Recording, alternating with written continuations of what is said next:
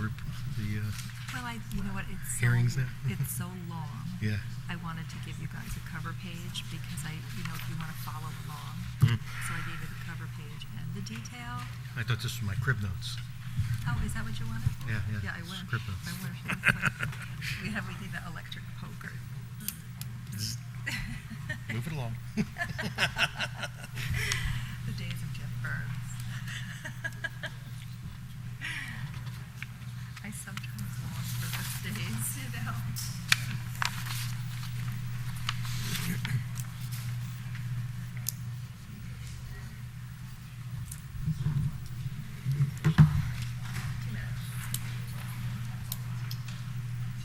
Yeah, definitely the body heat's filling the room. It was cold in here today when I was over here posting and everything, but the elderly, they're kind of my age too, Gary, they were working out, and so, they kind of crank the air. So for me, it was like, whoa, but now that body heat's filling it. I could, but.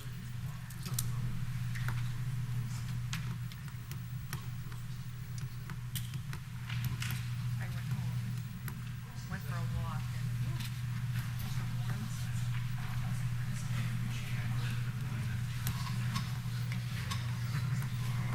keep signing those vouchers. Sign, come on, Slacking over there. come on, quit talking, quit talking. Board report to do. Come on.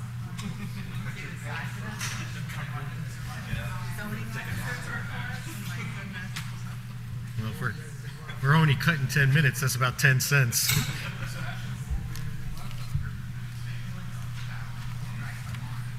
1 minute.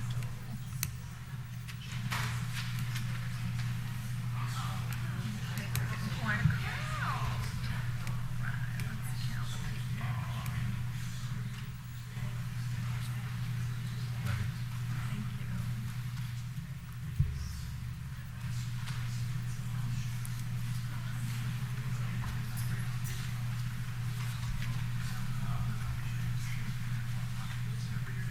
Are you ready? Yep. You ready to roll up there, Judy? Okay, we're live. I'd like to call the regular town board meeting of July 9th, 2019 to order. Please rise and we'll pledge to the flag. I pledge allegiance to the flag of the United States of America and to the republic for which it stands, one nation, under God, indivisible, with liberty and justice for all. Please be seated.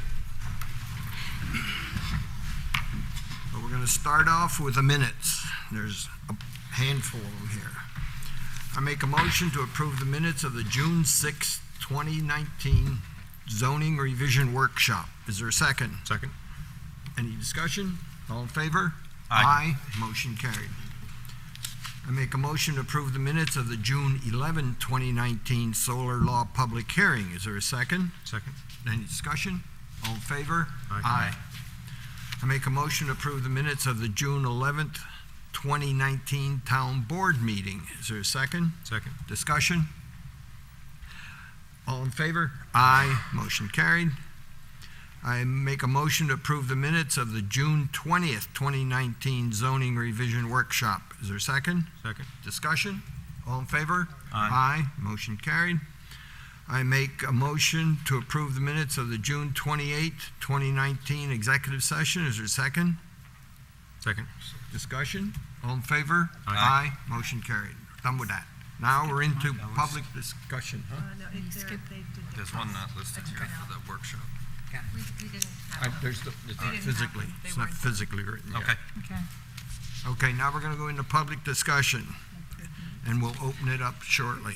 The rule is anything on the agenda, and you all have the agenda for the town of Clinton, is subject to be able to be talked at public hearing. You come up here, talk into the microphone. You're actually talking to the board, not to the audience or the TV world, but speak clearly. You don't have to touch the microphone. It'll work well for you. And just give us your name and street or something like that, just so we know roughly where people are coming from. And try to limit it to 3 minutes or less. So I make a motion to open the meeting to public discussion. Is there a second? Second. All in favor? Aye. Motion carried. Okay, who's first? What? This whole crowd, nobody wants to say anything? We should quit while we're ahead. Okay, I thought I'd have at least 20 hands up here. Okay. Only 11 people. 11, well, they had both hands up. Okay, no discussion. We'll make a motion to return to regular order of business. Is there a second? Second. All in favor? Aye. Motion carried. Supervisor's comments. I can give you some odds and ends that aren't on the agenda. The towns of Clinton and Hyde Park will again hold our Dutchess County Office for the Aging Senior Picnic on Wednesday, which is tomorrow, June 10th, rain or shine, at noon in the Francis Mark Memorial Park on Clinton Hollow Road. I hope you all made your reservations to come, and the weather is supposed to be beautiful. This is the month 2020 town budget preparation process will begin, with the tentative budget being available by the end of September 2019. So this is setting financial records for next year. The Dutchess County Transportation Council will start their study of the Slate Quarry Bull's Head Road accidents. This change was requested due to the more than 40 accidents occurring in the study area of the road. And that area goes from, on Bull's Head, and Slate Quarry, from Amyville Road to Milan Hollow Road. So it's about a mile, maybe two at the very most, region. Okay? The evaluation team will be meeting during July 24 and 25 to review the situation. Public input and comment workshops will follow to establish the needed corrective actions to help reduce the number of accidents. And this one could apply to many different people.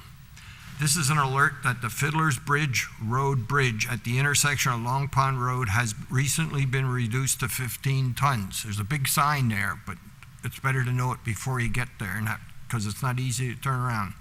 Alert any deliveries coming to you that exceed that limit to find alternate delivery routes. I'm writing a letter to Dutchess County Department of Public Works to determine their future actions to return the bridge to 20-ton capacity. That's the limit they're supposed to be at. So that's it. Now we'll start into Planning Board report. Planning Board met on June 18th. There were three items on the agenda. Applicant on Silver Lake Road wanting to modify an approved subdivision plat. No action was taken, discussion, and the applicant was encouraged to come back with a more formal proposal. On Longview Road, an applicant came in with a request for a wetlands permit. After considerable discussion, the board decided that the wetlands permit is actually not required in this case, since the body of water is not a pond by definition, and the required setback is less than 50 feet setback is for less than half an acre. So no action was taken on that one. And the third item, a request for ground-mounted solar panels on Fiddler's Bridge Road. An applicant who had been in previously to request for permission to install a ground-mounted system. The planning board had given a conditional site plan approval on the 7th of May. After concerns from some of the neighbors about visual impact, the planning board decided to not issue the certificate of compliance without further, rather that the building inspector would not issue certificate of compliance without further action from the planning board. Mailings were done to the neighbors. There were no comments or concerns, and so the board signed off on the application. And then a discussion, a fairly lengthy discussion with between me and the members of the planning board, having to do with the proposed event centers law. And then June 18th, the meeting was canceled, and that's the report. Thank you. Next one, Zoning Board of Appeals. Okay, the meeting was on June 27th. This was a continuation of a request for interpretation by property owners on Deer Ridge Drive, and I have some notes here that I think it probably makes most sense to simply read as they are. The appellants are seeking a reversal of the zoning administrator's interpretation, sections 250, 28B and J of the Town of Clinton Code regarding a determination made by actually the previous zoning administrator for activities related to smoke, fumes, and odors emanating and occurring at 92 Deer Ridge Drive, Statsburg. The applicant's requesting an interpretation to reverse the previous zoning administrator's decision regarding the recurring outdoor burning, or what they claim to be a recurring outdoor burning on Deer Ridge Drive. The zoning board unanimously voted to adopt the findings and decisions dated June 27th, which denied the applicant's request for an interpretation that would reverse the determination of the former zoning administrator, which was dated in turn October 2nd, 2018. And that's the end of the report. Okay, thank you. Next one is CAC, Conservation Advisory Committee. The CAC met on June 12th. There was a discussion and planning regarding the Climate Smart Communities Program and the Clean Energy Communities Program. They discussed the status of the Community Choice Aggregation Law and a program which is a program being worked on by the supervisor and the town board. Ideas were discussed about hosting programs with the library and approaching the camp director with presentations for the children this summer at camp. And there was a formal request by the CAC about the website, which is now on the agenda for later, so we'll get to that. End of report. Thank you. Recreation Committee. Recreation Committee did not meet, however, I do have a report, and the report basically talks about the fact that last week we met with the County Health Department, and we went through about a dozen pages of requirements, passed everything with a couple of minor things that have been corrected already. So we do have our certificate to run the camp, which we did start on Monday, and today is our second day. We anticipated initially for the first 2 weeks about 14 children. We ended up with 19, which is even better. I was down there today. We have 4 lovely young volunteers. They are so committed, so energetic. It is just makes my heart. I wish I could be their age and do this all over again. So and Samantha Smith is running. She's the camp director, and she is doing an absolute fabulous job. So I have to shout out to her. We are now in the process of, we got some of the equipment that we ordered for the playground, and we're now going to be in the process of installing that. We continue to try to work out the problems with replacing the roofs on the dugouts in both of the parks. That's a matter of funding and getting some volunteers. And I also want to shout out to Joss Martin, who at the 11th hour stepped in to be the aquatics director. Without his stepping in, we probably would not have been able to conduct the camp. End of report. Thank you. Building Inspector. Building inspector. Okay, the building inspector logged, let's see, first of all, there were 15 building permits issued during this period. There were 24 COs and CCs issued. Number of title searches were 6. He did not actually give me the mileage, but I think he did have a busy month. The total cost of construction is $454,404.18. And I'll just tell you 2 of the things that are making that up. It's one, it's in-ground pool on Longview Road for estimated to be $64,550, and the other is another renovation of $200,000 on Clinton Hollow Road. End of report. Thank you. Zoning Administrator. Excuse me, zoning administrator, reviewed permits, 15 building permits, usual range of pools, generators, demolitions, residential alterations, and new construction. In terms of specific issues, there are quite a few. I'll run through them very quickly. On Falk Hill Road, a second court date pertaining to the prosecution of violations for a property there was held on April 4th. The judge gave the defendant 120 days to remedy the violations, or the town will proceed to trial on the 1st of August. Several issues on Deer Ridge Drive having to do with concerns with various properties, in addition to the one mentioned a few minutes ago, having to do with accessory structures and such things as that, which are being investigated by the zoning officer. These are ongoing issues. On Schultz Hill Road, an issue between two neighbors having to do with excessive amount of wood cutting, chainsaw noise, and there evidently some sort of an agreement has been worked out so that the people who are doing the chainsawing will put up a fence as a visual and a sound barrier and reduce the hours to hopefully work in a time frame when the neighbor is not at home.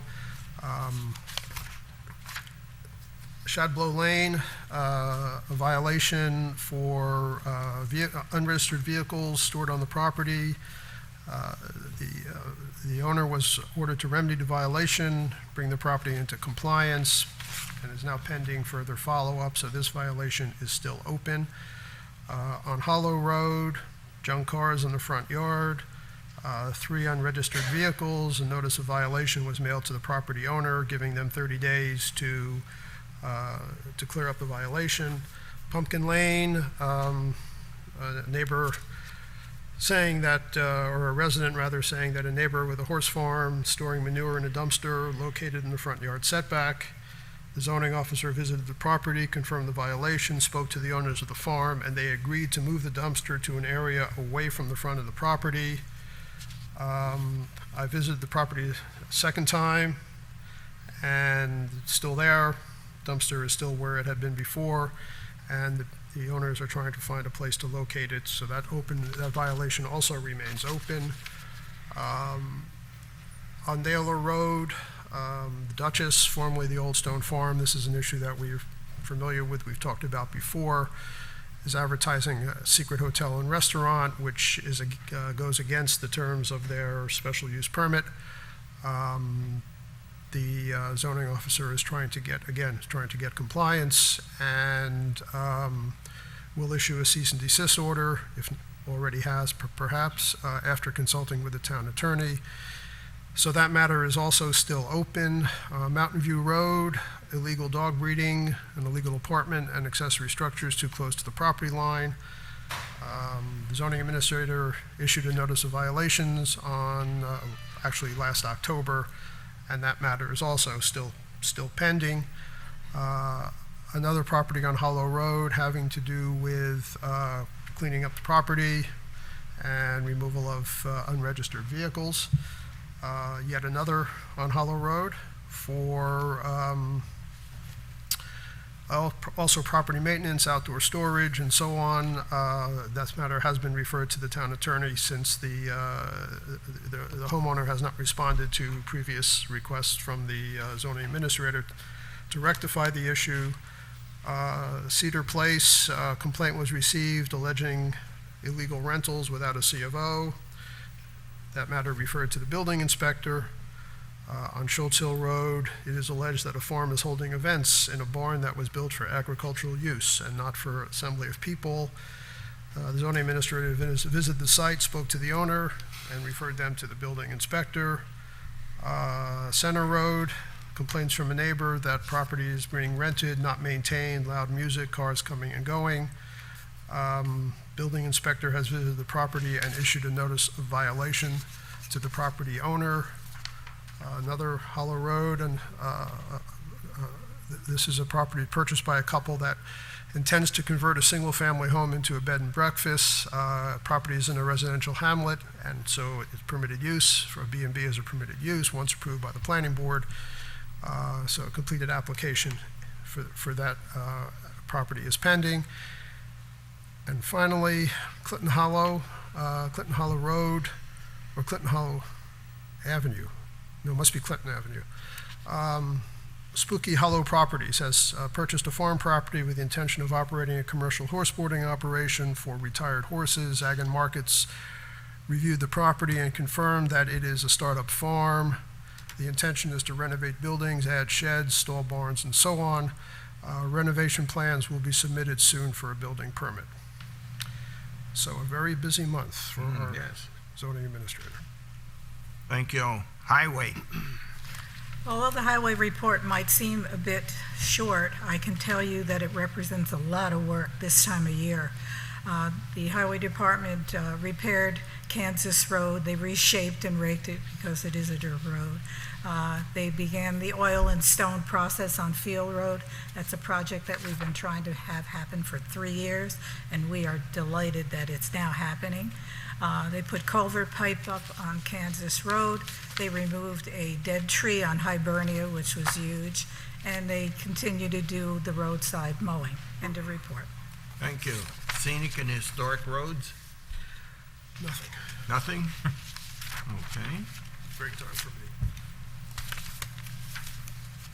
Library report. Library trustees do not meet in July, so there is no report, although I do have it on pretty good authority that a trustee will be here by the end of the evening to make a public comment. Okay. Okay, Altice, or Cablevision, as we all remember. No communication from Altice this month and nothing to report. Well, at least the prices didn't change then. Not yet. Not yet. Zoning revision. So we've had 2 meetings, and in the first meeting, we kind of threw out the first draft that we originally all had, and then we came up with a second draft, which has now also been thrown out, as is in this packet. But I do have faith that our next meeting, which will be July 18th at 7 p.m., we will have a final draft. As part of the process, several residents came forward and really expressed a lot of concern with a lot of things that are going on in town. And obviously, the zoning administrator's report really reflects that there's a lot of things going on that are disturbing neighbors. So in part of the process was, how do we balance both the rights of farms and ag markets and keeping the quaintness of the town and the neighbors' enjoyment to not be disturbed by these ongoing events. And we've had a lot of good conversations, and mostly what we're looking at is noise, hours of operations, and those type of things. So I think our final draft will kind of accomplish that this will be a very limited operational scope, and that noise and those type of things will be the major points that we will be attacked as to what the concerns are for most of the residents. So we will not have our regular board zoning revision on the 18th. It'll just be our super committee to kind of hone in on our final report. So we're not having a workshop. We're not having a workshop on the 18th. That'll be our special workshop. Our meaning. Our committee, For the events. the events committee. Okay, okay. I'm just trying to sort this out. So hopefully, And I the- know what I'm yeah. doing too. So hopefully the final one, if it's finalized on the 18th, the next first Thursday of August, we will have our regular workshop. Okay. Okay, we got that squared away. Alrighty. Next one is proposed transmission lines. New York State ISO Independent System Operator has approved Transco's project on April 8, 2019 to transport 2,100 megawatts of electricity. This is for the transmission line going from Albany to Pleasant Valley through Clinton and is east of Center Road. That's the one on that side, that's towers over there. A Transco workshop was held on June 27th. There will be a no power line workshop directly following this town board meeting tonight to give some of the details from this workshop. The workshop is on YouTube and on the town webpage, so if you want to see it, and we'll have the presentation material up PowerPoints and stuff all on the town webpage. I haven't put it all there because I'm waiting to collect them all. So that's the power line thing. Next one is cemeteries. Well, I'm pleased to report there's no activity this month. There are 2 items the board will need to take up on the agenda. One has to do with repairing some damaged stones, Do you have any, Rick? and the other has to do with the easement issue that we talked about for the church across the road. But we can deal with those things when they come up in the Okay. agenda. Any other reports from anybody else that we missed? Okay, moving on to old business. Proposed local law 2 for new solar law. I've been looking forward to this day. We've been talking about this for a long time now. We had the public comments again for the 3rd month tonight, and Rich Morris mentioned he'd like to see that we can use these things locally, that they'll provide power locally, and I just wanted to point out that we are working on a community choice aggregation, and if we go with Joule Energy, which I think we're going to do, It's just- they have a program to find locally sourced energy, so they could take solar farms in this town and use that for the power that they're providing for residents of the town. So I hope in tandem, the solar law and community choice aggregation will really work well together. And I would say, in terms of profits that local residents would be making off of solar, I am happier to have residents of our community make a profit off of solar farms instead of us giving our money to multinational fossil fuel companies and to Central Hudson and things like that. So while I understand there may be some assessment and tax issues that we can work out at some point, and there's nothing saying that once this passes or that can't be introduced at a later time, but I'm happy to keep profits in our community instead of sending them outside of the community. That's all. I'm ready to go. I have some comments Yeah. before. They're minor, and we can just agree to them with no trouble. On pages 5 and 12, you misspelt perennial Again? vegetation. Yeah, I thought I checked all those. it's P-E-R-E-N-I-A-L, 5 and 12? 5 and 12. I just, didn't want Yeah. it to be in the record wrong.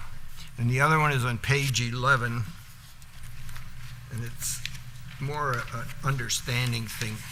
We typically all think we know what it means, but it doesn't say it. It says, 3 paragraphs up, so to speak, where the 3's in braces, the square rather than parentheses. Brackets, yep. It says, the total size of the solar energy system shall not exceed 50% of the parcel or 10 acres, okay? I'm not disagreeing with the 50 or the 10 acres. I wanted to add total surface area of the solar system. In other words, it's the ground level area that you're trying to put with those boundaries. It's not the surface area of the So in solar terms panels. of above that, we talk about the lot coverage and what it includes. So it includes the foundations of the systems, it includes all the required fencing. So that would include that whole lot coverage, because basically what we're saying is the fencing around it would be the footprint of it. Yeah, well then just say, then the total Total lot coverage, which lot is, coverage of the solar Okay. system. It's just, I don't want Yeah. somebody to be able to misinterpret it. yeah, it's the same wording from up above, that makes sense. I'm, no problem with that. As I say, none of Alright. these things are really substantial, they're just simple corrections. Yeah. So you can make the law with those amended, with those changes in it. How did we resolve refresh my memory, the accessory structure business, the accessory use issue? Did we do? It's I don't remember. It's not an accessory structure, we have it in the. No, but an accessory use in terms of having a residence on the property, did we decide not to do that? I don't remember. Yeah, I don't think we decided to do that, we didn't. Okay, all right. Because that was something we had talked about at the last meeting, as to whether we wanted Whether we would do it or not, and we didn't make any Require- changes. a residence, okay. Well, you have the dilemma that comes up, and there are many people that have their house on 10 acres, and they own And they 50 own- to 100 acres all around them Mhm. in separate parcels or one big parcel. Okay. And they would not then be able to put any solar farm on an extra and acreage, that's what only we- around a house. And Shouldn't we have made the motion and then talk about all these Oh, things? sure. Well, I was just trying to cover these Yeah, administrative. but that should have been part of the conversation for the motion. I mean, Okay. Then you have to make an amendment to the motion. I make a motion that the town board approves the following resolution. Be it resolved that the town board approves resolution number of 2019, hereby adopting local law number 2 of 2019, entitled Solar and Wind Energy Systems Law, a copy of which is attached here too and made a part of this resolution. And be it further resolved that the town clerk enter this local law in the minutes of this meeting and give due notice of the adoption of this local law to the Secretary of the State of New York. Is there a second? Second. Now, discussion. thank you. So, I mean, again, going back to some of the concerns that John and others have made, that this almost opens up the rest of the town for commercial uses. And I just want to put on record that I'm not opposed to solar farms or solar use. In fact, when Elliot and I originally crafted the first solar zoning law, we took into consideration for quite a bit of use. I mean, we maxed out whatever the grants were as far as what the state was willing to grant, both on homes, farms, and commercial properties, going up to 200 megawatts. I mean, I think that was significant, and it allowed for commercial uses to have those commercial elevated uses. My concern also is that I think as part of this, we should have had the pilot listed in there, because if someone is truly running this as a business and taking advantage of the current laws that exempt that improvement to the property or even its commercial use, I don't think it's fair to the rest of the town having to subsidize these parcels. So those are my two major concerns, and so I'm not in favor of it, only for those major reasons. I've talked to you about this before. I am in favor of solar farms. I am not in favor of the wind turbines. From the ecological point of view, the noise point of view, and the wildlife, I know it's extremely expensive to do that, so I'm assuming we probably wouldn't have a whole lot of them anyway. But if I would vote for solar farms, but I really would like the caveat of going back and revisiting at a later date the wind turbines. Yeah, I mean, the portion that is, and we've said this before, the portion in the law that applies to wind is what is already on the books. I've made no changes to it. And it's written in a way that I doubt we'll ever have a wind turbine in the town. Yeah, I mean, I don't think we'll have a solar farm either, quite frankly, but, Maybe? Well, I'm not so sure about that. well, All right. you have to have the phase 3 power. I mean, it's going to be very limited as where you can Yeah, have it. it is going to be very limited. So are you able, so we can't break that out? No. It's either all or nothing? Only all. I mean, as it exists right now, I mean, anyone on this board can come forward with legislation to remove the solar, or the wind portion of it from our zoning code. Right now, I don't see the reason to. I don't think we've ever had an application for It's a not wind practical. turbine, We don't and have it's- wind, so. Yeah. Yeah. I Well, just- and that's been brought up, that Yeah, because so- we're in a valley, we wouldn't really, it wouldn't be very efficient. Yeah, I mean, I tried to respect what the board has done in the past by keeping the things that I could keep, that they had already passed and voted on and debated on, so I kept it in there.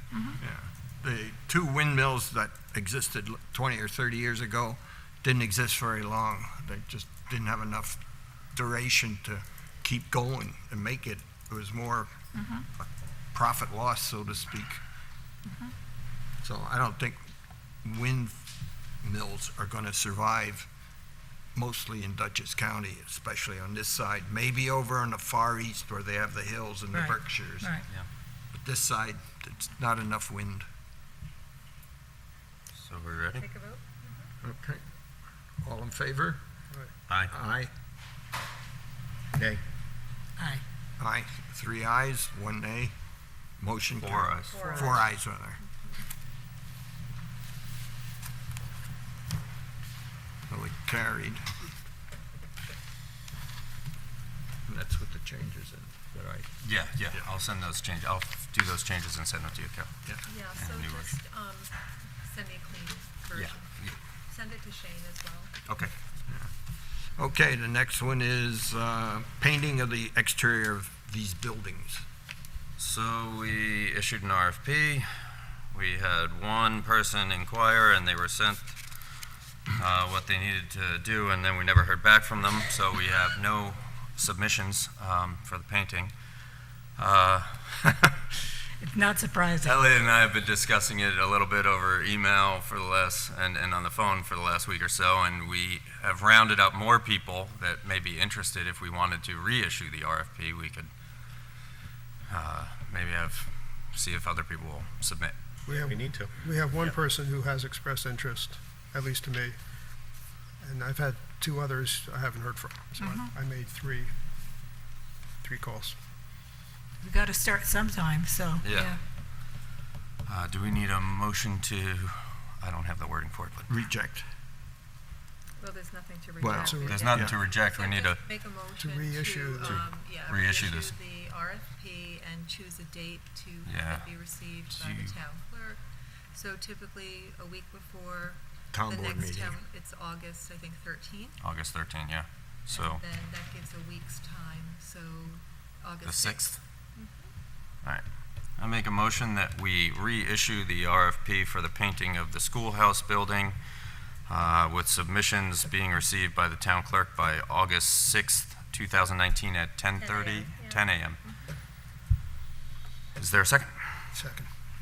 Any further discussion? All in favor? Aye. Aye. Motion carried. Yep. Okay.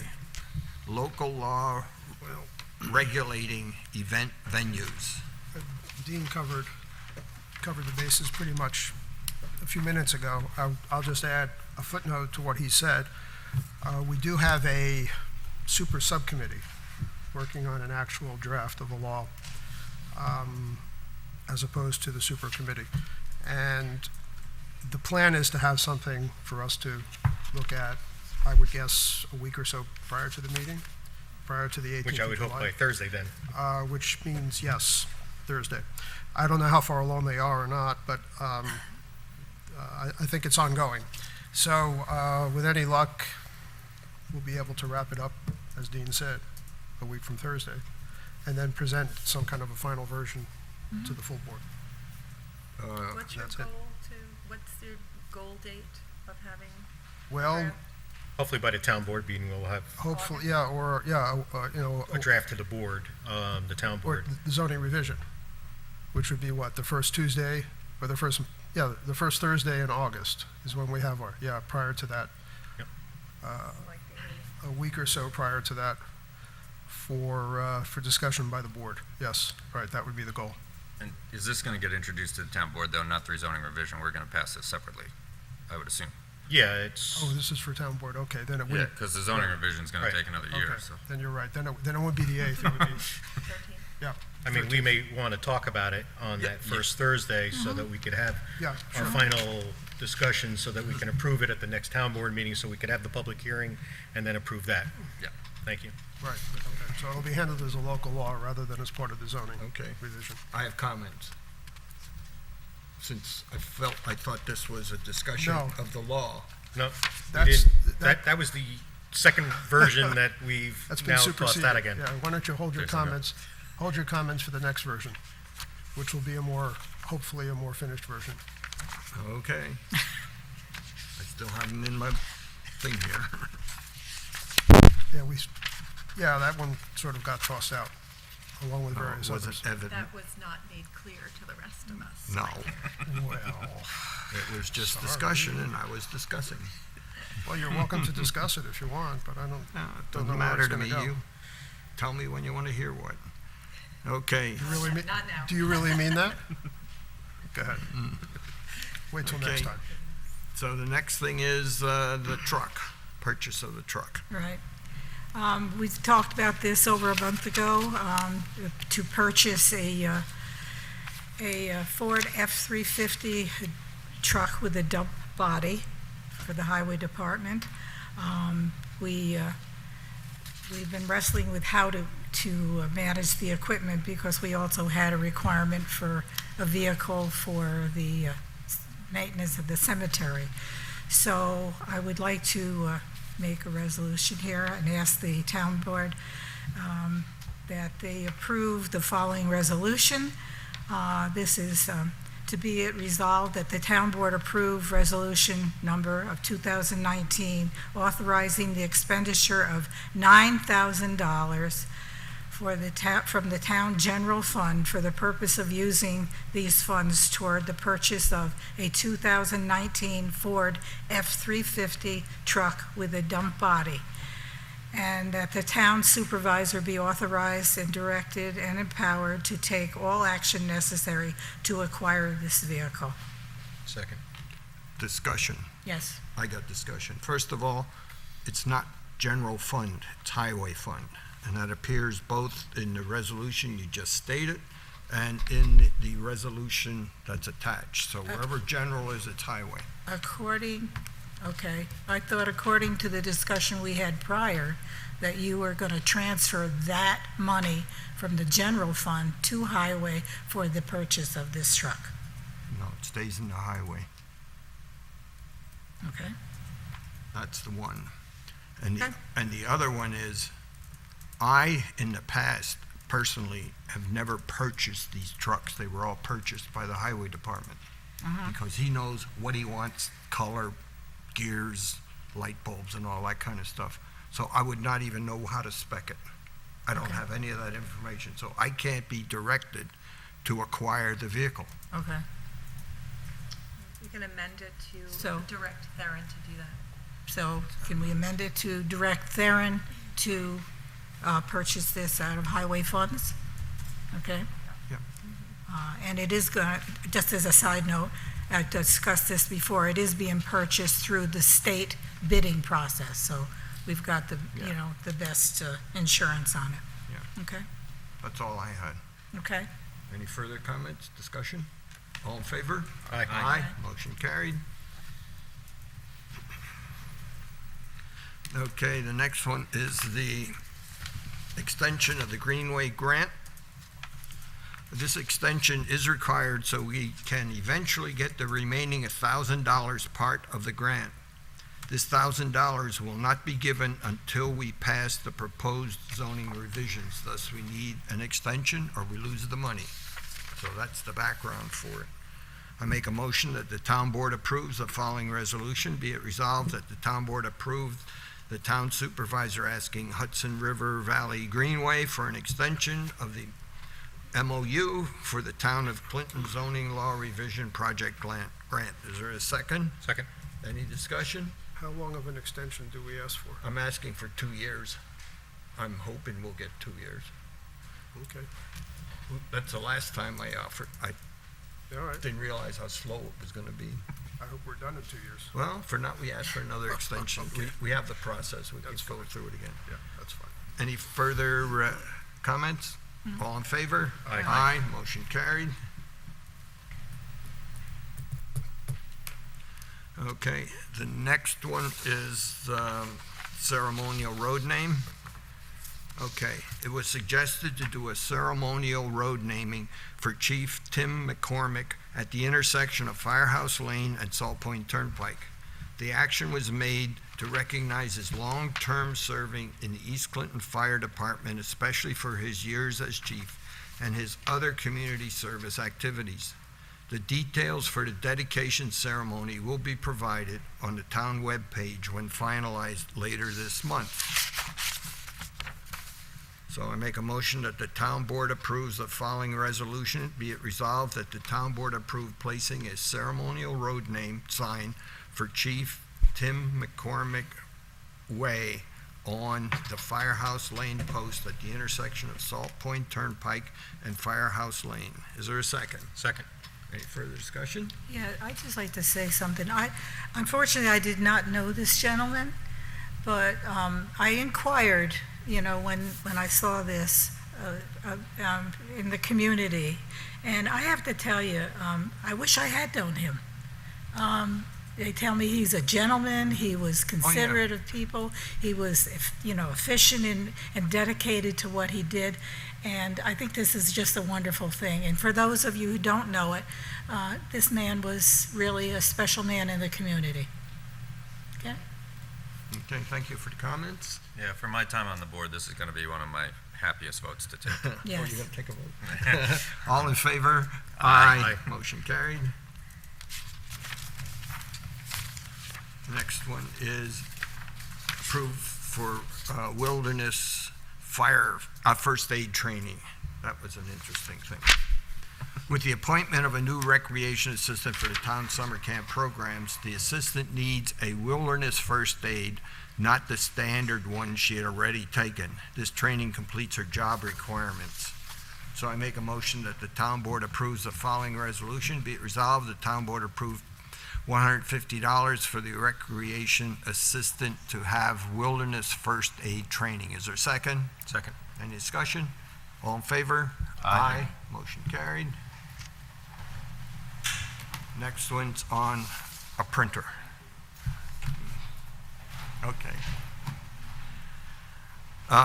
This is a Lexmark printer we're talking about in the assessor's office. The assessor's office has printer and fax difficulties. The very old fax machine can only send. You can't buy parts to print, so it can't receive anything. The desktop printer is very temperamental by printing what part of a page it wants to print. You may get a whole page, half a page, a slice of a page, whatever. Okay, so the assessor and clerk must go upstairs to an office, it's Arlene's if anyone's familiar, to do their printing many times a day. The proposed leased printer is a Lexmark XM3250 copier with regular and legal paper trays, black only, print, copy, scan, and fax capabilities. We only supply the paper and everything else is covered by the lease. I make a motion that the town board approves the following resolution. Be it resolved that the town board approves the rental of Lexmark XM3250 copier for assessor's office at a cost not to exceed $45.10 per month off New York State bid. Is there a second? Second. Any further discussion? How much does it cost to buy one? $2,500. Because I Okay. also looked at HP, That answers my similar, question. similar type, because figuring Lexmark, what's the availability of getting toner and stuff like that? I'm guessing they don't. 2,500. I'm guessing they're not warranted for 5 years then, because this is $540 a month, This a is- year or yeah, whatever. Right, it's 5 years. Okay. Okay, all in favor? Aye. Motion carried. Next one is cemetery stuff. Okay, well, we have to officially approve the abandonment of Schultzville Cemetery, which the cemetery board did by resolution at their April meeting. I believe that was the first Saturday in April or some such thing. When they voted to, April 13th, they voted to abandon, and it's now up to us, according to New York State, to accept their resolution, which is really a formality because we have no choice. But anyway, and we've done it before with the two other cemeteries. So I will simply move that the town board approves resolution number of 2019, accepting the abandonment of the Schultzville Cemetery Association and the transfer of all cemetery assets to the town of Clinton. Is there a second? Second. Any further discussion? And the assets have been transferred. Yeah. Yeah, the assets have been transferred. All in favor? Aye. Aye. Motion carried. Next one is easement. Okay, on a related subject, we talked about this at the last meeting, I believe it was. The access the access to the Schultzville Cemetery is through the church parking lot. And for a number of years, the church has had essentially a handshake agreement with the association to allow access. So the issue came up as well, now that the ownership is being transferred to the town, do we want to continue the handshake agreement or have something more formal? The pastor is happy either way, as he expressed it to me at least. He's perfectly happy to have a formal easement if that's what the town would like to do. And our lawyer obviously suggests that we do have a formal easement to protect all the parties. And so he's drafted what's in your packet there. The only question at this point, and whatever comes up for discussion here tonight, of course, but is confirmation as to who will sign on the part of the church. He put the pastor's name in there, but Yeah, that's it'll just a put, place. yeah. That's a The placeholder. executive board will do the approving internally. Pastor needs to sign. So the pastor's name should be on there, okay. So I will move that town board approve resolution number of 2019, authorizing the town supervisor to execute the access easement with the Clinton Alliance Church for access to the Schultzville Cemetery over church property. Is there a second? Second. Any further discussion? I just have one comment. There may be a comeback at some point in time where we may decide, from the church point of view, that we might relocate how the access happens, okay? And I understand that would be another process, but make it even more formal and better for people going in and out of the cemetery for funerals and so on. You mean as opposed to going up through the back? Is that- Going in up to the back as opposed, yeah, Right. and making it a really nice Oh, okay. entrance Okay. for the cemetery as opposed to what we have going through a chain link fence. Yeah, okay? basically, right. So, but that's for discussion later on, okay? And then if the church would obviously foot the bill for that. We don't want the church to be abandoned so that we have to pick a church up now. Okay, all in favor? Aye. Aye. Motion carried. Headstones. Okay, well, we'll keep it going here since we're really hot on the cemetery stuff. Okay, Lynn Tompkins actually pointed out to me that one of the stones in the front row had fallen over. So I went to take a look, and sure enough, of course, it had fallen over, and it's still, you can see very clearly, it's still lying down. While I was looking around, I found two other stones that really need work. There's one about the 12th row up that apparently had fallen over at one time, and probably a couple of guys lifted it up and set it back on the foundation. But it's just sort of sitting there in a very tippy way. It's not connected to the foundation. So it really needs to be redone. There's also one stone, which I believe is in the 4th row up from the fence, that can't even be read anymore. It's such an old stone. But it's leaning back at an enormous angle. And it occurred to me that if we're going to have these guys out there for a few $100 extra, we can straighten that up, put a new foundation in and so on. So I got in touch with the folks at Cole Rockley, and they gave me an estimate, which is in the paperwork there for the meeting. My recollection is that the total job for all three would come to something like It's in the motion, you can see it. 1,800?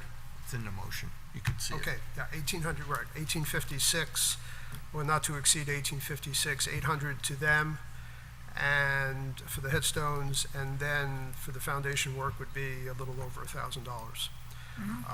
Obviously, the money would come out of the assets that have been transferred over from the church, which are substantial, so money is not an issue. So, that's the background, and I will submit a resolution that the town board approve payment to repair the headstones at Schultzville Cemetery at a total cost not to exceed $1,856, $800 to Cole Rockley Memorials to move the headstones, and $1,056 to Jim Winters to remove and replace the existing foundations. Is there a second? Second. Any further I have a discussion? question. Sure. I'm a chatty thing tonight, am I? You're just full of questions. This is just Yes. you may not be able to answer this, but there is such a thing as perpetual care that's paid for through the Yes. cemetery. Yes. I was just curious if either of these were perpetual care, or this is just coming out of the general cemetery fund. If you can't answer it, that's Well, I mean, fine. my sense is that the perpetual care no longer exists Does because not we just exist. lumped We everything. just have one set of Okay. money. We put So all the we money don't into have one fund. a bucket. So we're not breaking it out Okay. the way the church, but yes, the church did have perpetual care, Yeah. a separate fund. And Yeah. a lot of different rules of operation. Right. Okay. It's also kind of, I guess my question is, to what extent are we going to be responsible on an ongoing basis for the maintenance of all of these headstones? I mean, 100%. Well, I mean, I think most cemeteries, it's your stone, it's your responsibility. I know with the homeowner's insurance policy, that if you have vandalism, your homeowner's insurance actually covers, for, headstones and those type of, vandalism type damages. that's a good question, and I don't know the legality of the issue in terms of who, I know that the families own the plots, Mhm. but I'm not sure they own the stones. They own the stones, They it's bought their 'em. stones, they bought They them. own the They stones? bought 'em. Okay. So, Okay, that's, so I think we they should own have the a very stones. clear, I Well, mean, I guess. we do this, that's fine. I'm just saying, we really should have a clear, defined, what our We responsibilities could are. certainly ask them to do it. Whether they do or not is another story. So I think what it'll come down to, I mean, we can certainly do this on a case-by-case basis, but I think what it's going to come down to is, in the end, I think it's going to be up to us to decide how much we want to care for these places, or how much. I mean, because we do for this, then we're gonna have to do for all, and if, to what extent, I mean, someone comes back and say, my stone is starting to look crooked, can you come and fix it, Yeah, we don't have to do it every time. I mean, But if we do for one, we're gonna have to do for all, that's Well- why I say we should have a clear, It's a defined, precedence. right. it is, yes, it is, I agree, it's a precedent. These are, to me at least, and other people may disagree, obviously, this is a very subjective thing. When I went out and walked around, and I walked around the entire cemetery and looked at all the stones, these three jumped out at me as being particularly in need, well, obviously, one of them is broken, is lying on the ground, but even the other two jumped out at me. The other 400 that are there did not. Now, somebody else may look at it and think that half of the 400 should be replaced too. Personally, I don't think so. I mean, I think that's going to have to be a board issue, and we're going to have to decide on a case-by-case basis whether it's worth doing it or not in specific situations. I don't see how we could make a blanket rule to apply to everything, except in a case of one that's fallen over, which is obvious. Well, I was just wondering if other cemeteries have a clear, The other two, as far as I know, the other two do not. I think they've also done it on sort of. I'm not even talking about the three in our town, Yeah. I'm saying like Rhinebeck, because you Oh, looked at Rhinebeck in and the other Well, towns. I could to- certainly do some homework on that and find out. I know the ones in our town have basically been run, as we know, on a very casual basis, informal basis. And I suspect in some cases, people have paid to have their stones repaired, and in other cases, the cemeteries have paid to have the stones repaired, or simply look the other way and not bother. So there are no procedures that I'm aware of here. Now, I can go to Rhinebeck and some of the other towns and see what they do. Or Red Hook, for example, they're maybe a little bit more organized about it. But I think ultimately, it's going to be on us. It's going to be on the town ultimately to decide how much we want to invest in this, and whether we think it's important to do it. Now, in these three cases, particularly because they are near the front and they're visible from the road, I think we should invest. I would make that argument. Ones that are further back, well, maybe not.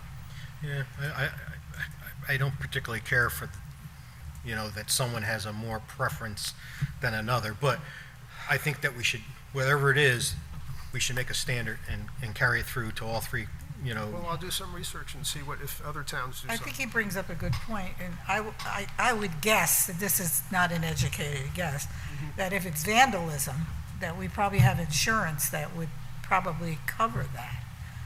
I don't know if that's true, but it sounds logical.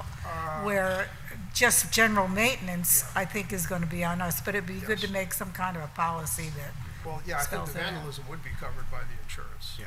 Right, yeah, I would think so. Yeah, and any policy we come up with, we have to take into account not only aesthetics, but safety and how Yeah. much we want to respect the history of the town. Like, do we want to preserve this kind of thing? There are a lot of things that go into this. but- yeah, exactly. The Providence Cemetery has many signs, many stones rather, Stones. at various Yeah, levels from vertical Right, to right, horizontal in right. every position in between. So, I mean, you're talking probably 30, 40 stones over there that are in one of these conditions. That's And on most of those are not It's actually on my list, but never on, mind. oh, it is? On, Yeah. that, most of them are not on foundations, they were just put in the ground. I think Providence, there's less And urgency. we don't know who they are even. Right, but Providence hasn't even had a burial in years. No, I So, understand you that. know, there's less of an urgency. Certainly Pleasant Plains and Schultzville are active, ongoing cemeteries, and I think you want to make some effort to keep them looking nice and you know, appropriately cared for and so on. And that seems to me that's part of our responsibility when we took them over, which we're, as you know, required to do by law. You know, I can look into a policy and see, maybe come up with something. You know, off the top of my head, I think it would be extremely difficult, but maybe there's something we can use that some other town has in place. And I'm assuming we have future plans to reference. come up with a cemetery committee at some point, recruiting people, and maybe we can have others think on this issue. We got any volunteers? No? Sure. I don't see anybody raising their Yeah. hands. They don't do it on TV. Okay. Okay, you ready to vote? All in favor? Aye. Aye. Motion carried. Okay, the next one is to approve the court clerk going for their required annual training. I make a motion that the town board approves the following resolution. Be it resolved that the town board approves Colleen McGarry's annual court clerk trainee in Syracuse, New York from September 29th to October 2nd, 2019 at a cost not to exceed $825, which is approved in the budget. Is there a second? Second. Any further discussion? All in favor? Aye. Aye. Motion carried. Okay, you're on a swing I'm there. on again, huh? Yeah. Oh, gee. I need a day off. Okay. Don't write so much. Okay, so, this, actually blame Ray for this one, because he started the ball rolling on this. When we had the easement conversation with the church about, since we're crossing over and, you know, we'll be crossing town, private property to care for the cemetery, particularly for the landscaping and so on.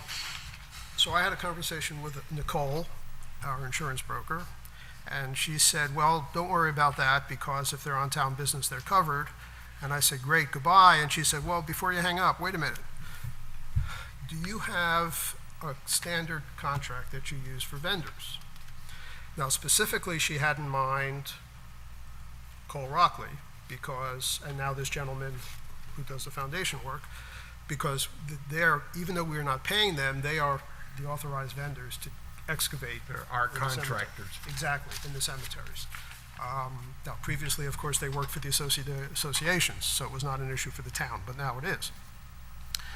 So that's where the conversation actually started, but then, of course, it went from there to anybody who works for the town. In any, plumbers, electricians, guys who service the elevators, what have you. And I said, well, as far as I know, we require proof of insurance, or liability, or what is it called, I forget, other insured or some such thing. But I'm Additional not, insured. excuse me? Additional insurance. Additional insured. But I'm not aware of a specific document that we ask people to sign, so she sent this to me, and I sent it on to Ray. And that's what this document is that we're looking at here. I also showed it to Shane. I said, do you think we need this? And he said, yes, I think you should have this. So we've got the insurance lady and the attorney who both say, you should have this, or something like this, if not exactly this document. And that's what we're looking at. So, No, my question is this a guideline or a mandatory resolution? That you must is it a Well- shall or must that's an interesting question. versus And I actually asked, could or should? and I asked Shane, in fact, the same question. I said, what if we send this to somebody, maybe one of the people we've been dealing with for years, or maybe a new person, it doesn't matter, and he says, I don't want to sign this thing. What happens? And basically what happens is you have two alternatives at that point. One is to say, okay, don't worry about it, just give us proof of insurance, the way you do now, and have always done. Alternative number two, if you really want to stick to it, is to say, you don't sign this, we can't hire you. Now, that could be problematic if you're dealing with somebody like, for example, Cole Rockley. There aren't a lot of games in town in terms of guys who dig graves. They are basically it. An electrician, a plumber, a guy who does roofers or something, there's certainly more than one available. Obviously, some are better than others, but you have choices.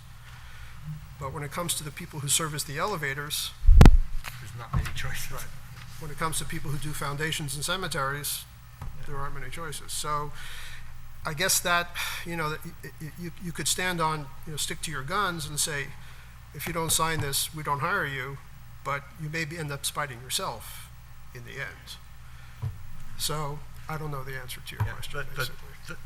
these things are covered whenever we do a formal RFP Yes. or bid. Understood. Our town engineer ensures and gets all that Right. stuff, whatever's needed. It's when we don't do Right. that process, like the plumber, Right. okay? Right. We call him up, he Right. comes here, he changes a toilet, Right. plunges it, whatever he Right. does, okay? Exactly. Or Right. or he comes and fixes the furnace for Right. winter preparation or something like that. Right. Now, as you get to these smaller businesses, they do not have high-level insurance. They have insurances, but they may not have, I'm just saying, the $1 million here. And the other question I come up with is, we have this statement in here, pollution liability. We have no definition of what is a hazardous substance. And it says they gotta have a liability insurance up to at least $5 million. Now, paint, depending on what kind it is could be considered pollutant, especially oil-based primer paint. So it says if you're gonna hire a guy like we were trying to do here, that is not prevailing wages, means he has to have a $5 million pollution thing in addition to the $1 million and all the other stuff needed. I don't think you're gonna find anybody like that. I'm just saying, I'm not disagreeing with it, but I'm saying in reality in the world here, it could be difficult to monitor and do.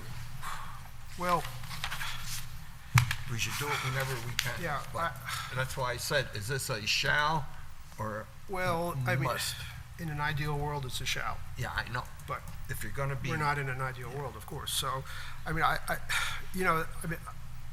I don't know if you were to pose that question to Nicole, for example, what would she say? Just what I said. She'd say it's a shall. I would Be a bet. shall is the way she would I would like bet it that's to what- be interpreted, That's but, what I bet she would say. but. No, we're it not doesn't obligated to make do it- that. We're not obligated to do this just because Nicole says we No, should do no, this. no, I understand. Or Shane says we should do I this. personally think that we should do this. You know, and- I mean, maybe and- it's overkill. And $1 million is not astronomical. Most of my commercial accounts all have $1 million. It's usually the small fly-by-nights that they just have a little bit minimum, just so they could say, I'm insured, and nobody asks them for a certificate. But anybody who's asking for a certificate always asks for $1 million, and I even have some, Million's you pretty deal with standard. Central Hudson requires $5 million. So any of my clients that deal with Central Hudson have to have $5 million. The pollution one is something that's a little vague, and that's where I would agree with Ray in the sense that we really need to define what level. Standard. What's the standard that someone, like if they're, like Botini comes in with the oil truck, I guarantee they have $5 million worth of pollution. Yeah. No doubt. Right. And so if you're dealing with a petroleum or something like that, I'm sure they do already have that. But to ask a painter, again, Ray's example 1 here. gallon. I'm sure they do not have, because most of my painter clients do not have pollution control liability. So I have no problem with the contract, it's the $5 million. How about the- And how about- pollution, I think we really need to define more. And the other thing is, if you get hung up with asbestos removal, when we were removing the siding on this part of the building, they had those old shingles that were all asbestos. We spent more money on the contractor to do abatement of that than we did the actual construction work. So, I mean, you could even put a little caveat in there that if the work that you're performing happens to pertain to a hazardous, the town may ask for this extra liability coverage, and we could take it on a case-by-case basis. And then 5 years minimum of completion of work. They may even been moved, gone by then. Yeah, typically, it's a per occurrence, so as the work I is done. mean, you could the do work it for is a done. year or something. That's Right. typically the You mean most. the coverage? Coverage to remain in effect for a minimum of 5 years. Okay, well, I mean, there's no reason, I would imagine we can change any of this. I mean, certainly I can run that by Nicole, but I don't, this does not, to my knowledge, is my understanding, this is not carved in stone. We can change whatever we want, Yeah, or no. simply ignore it for that Yeah, matter. yeah, no, I, No, I think we should have a contract, and I think they should I'm have the trying to- minimum All liability right, of $1 so we million. need to need to get some definitions. Okay, to- so we need to deal with the pollution thing. Yeah, and and the whether 5 this years. is a guideline Okay. or a mandatory. How about the numbers? The numbers seem reasonable? The coverage numbers seem reasonable? Yeah. Okay. The 5 million is the only 1 one. million, I'm 2 not million is the familiar. standard. Yeah, All right. the 5 million, I don't know. I mean,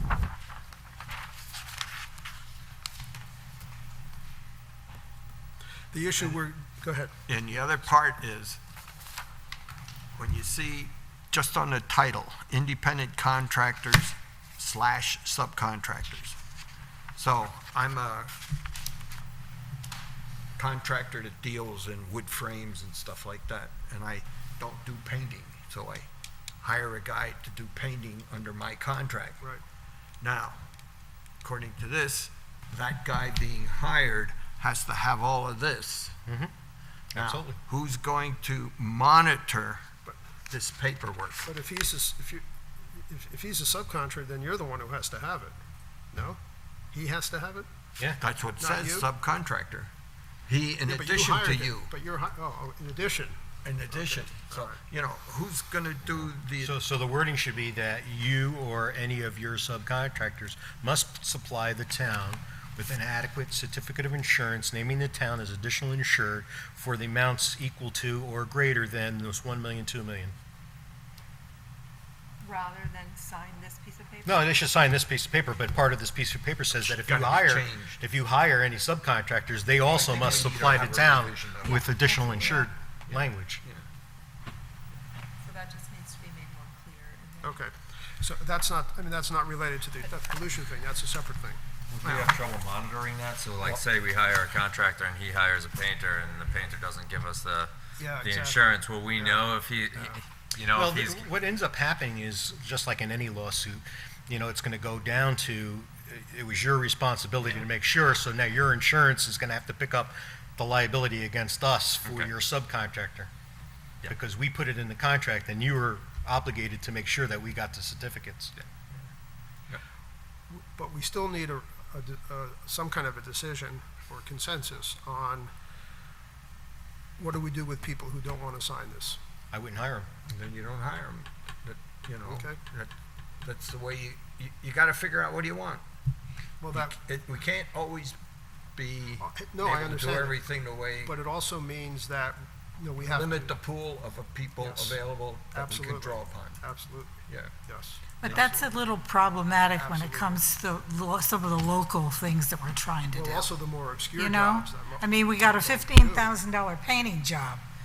I mean, are we gonna tell and the guy can do it, and we're gonna say, You have to no, if you sign. don't follow this, you don't get it. And what big company is gonna even bid on a $15,000 painting job? Even the So- little guys will have $1 million.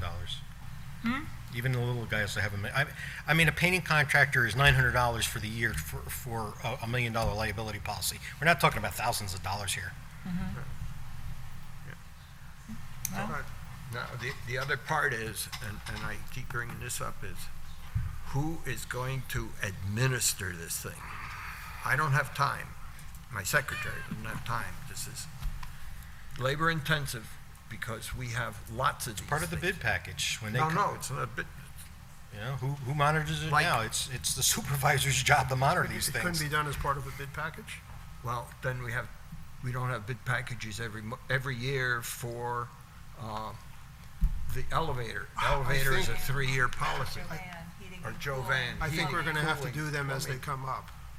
I think basically. They just go from Annually. year to year, annually. No, I mean, I'm not saying we should sit down and contact all these people and send them these forms, but the next time Joe They Van come in, comes in, right. ask him to sign Right. one, or the next time somebody comes in, and eventually, over time, They're gonna have to give us a new certificate every time it expires, so I mean, So am I, that's right? all.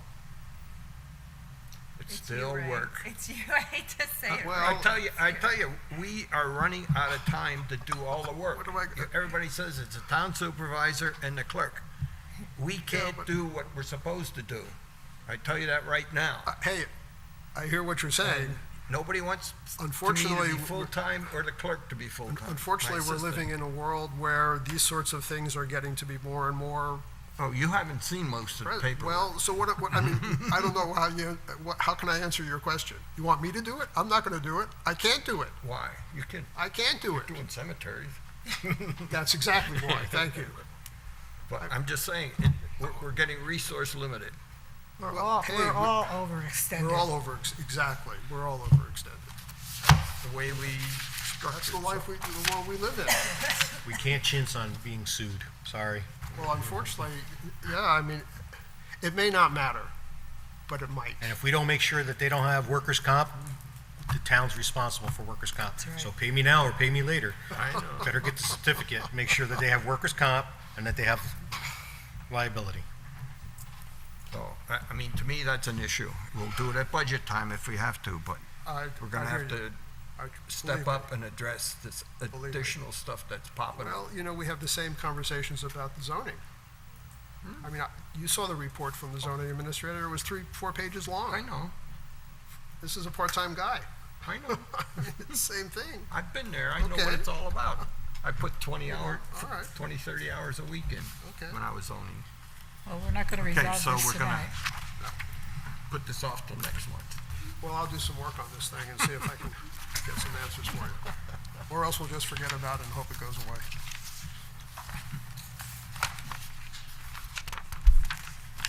You wanna cause any more problems, Elliot? Yes.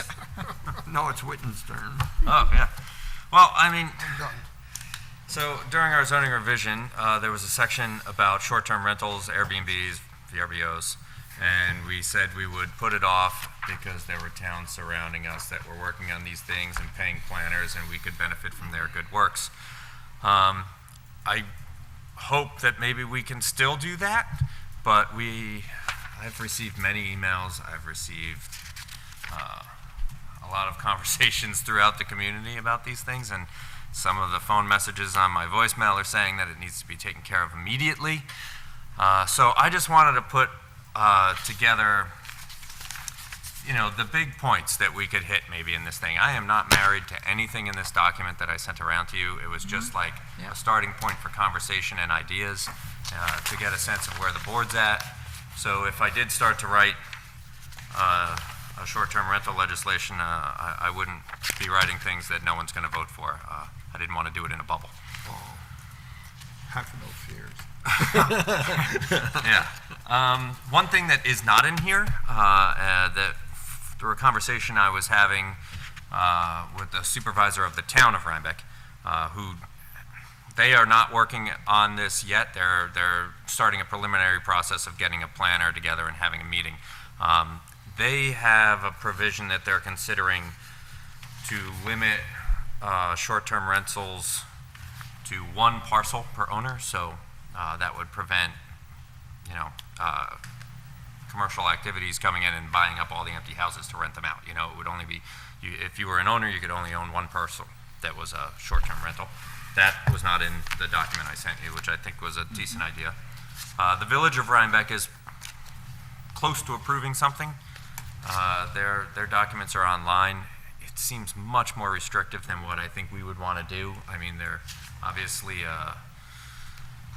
the density of the village is much different than here, and they have a large tourist population. But they're doing things like they're only going to issue 15 permits annually, and it's on a lottery basis. So if you win the lottery one year and they're allowed to have it, you won't have it the next year possibly. You may lose the lottery the next year, and it's just 15 per year. So I was just wondering if anybody had ideas. Yep. Yeah, let's go. No statement about B and Bs, whether they're included or not included. Well, B and B is not included because it's Well, not a I'm short-term just saying, rental. it's not stated here.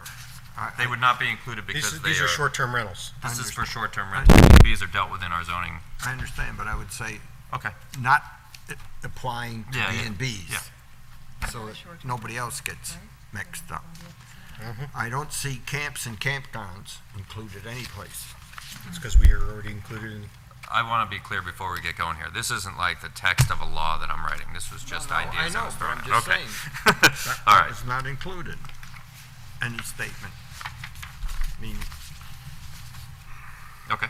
the other one is on, let's see, the second page, sort of two dots down, where it says a limit of 2 adults per bedroom. What about children and dogs? That's why I put adults.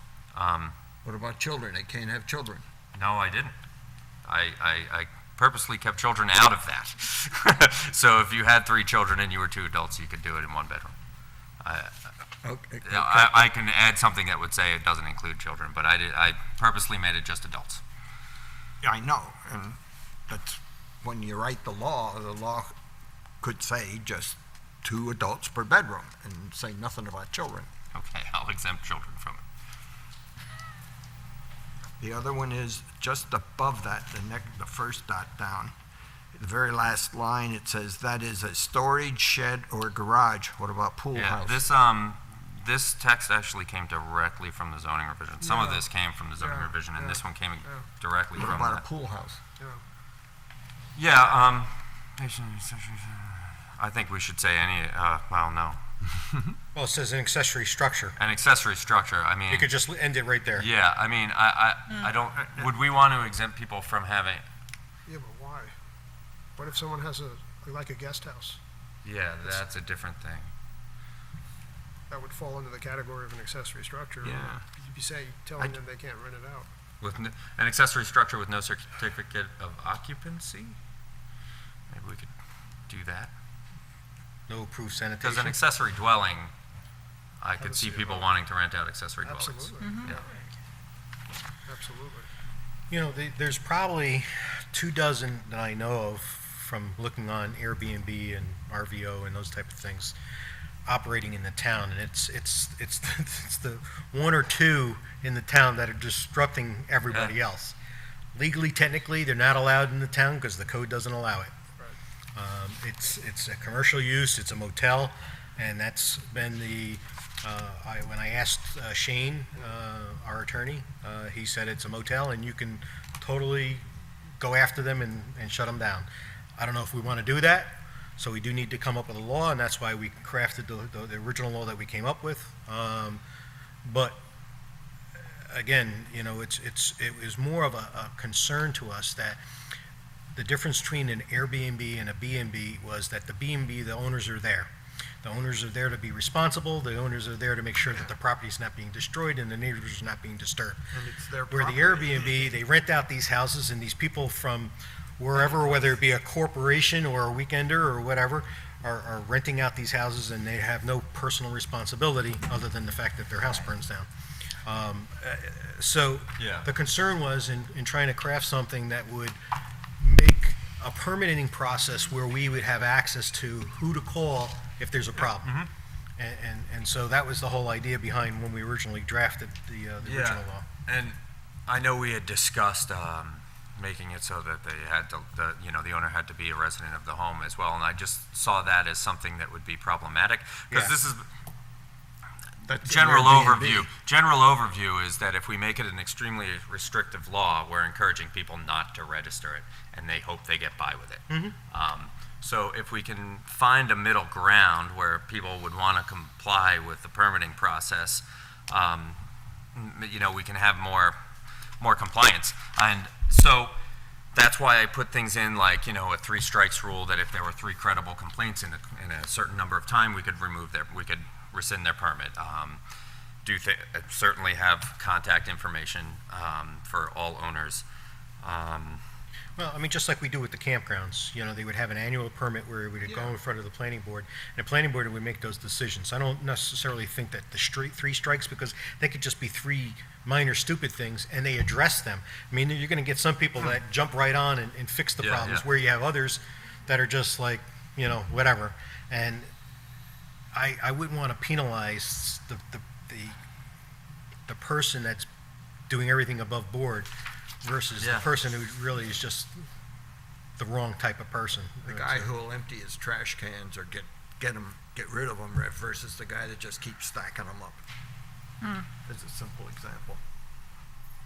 Well, the problem is that when people complain, they really complain Oh, yeah. about Oh, I get noise, them. traffic, and Oh, yeah, I get Yeah. the same calls. yelling, shouting, people shooting guns, target practice, So, all kinds of things. I mean, I would think that if you want to put together something and let us look at it, the wording that you would like. I'm so glad we passed the solar law tonight. So and, now I can move on to something else.